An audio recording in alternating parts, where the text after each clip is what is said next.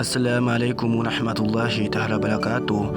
Salama na amani iwe juu yako ndugu yangu msikilizaji, ndugu yangu mtazamaji wa kipindi chako cha Life Media. Ni mimi hapa ndugu yako Abdul Shakur.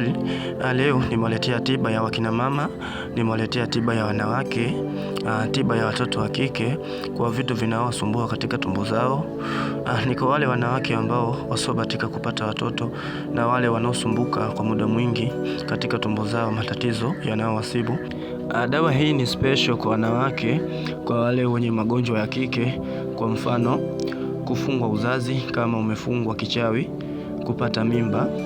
Inatibu damu inayotoka kila muda, inatibu chango, inatibu uvimbe katika mfuko wa uzazi, inatibu ugonjwa ambao kutokuona siku zako. Vile kadhalika, kiufupi dawa hii inatibu magonjwa mengi ya kike. Tumia dawa hii utanishukuru sana.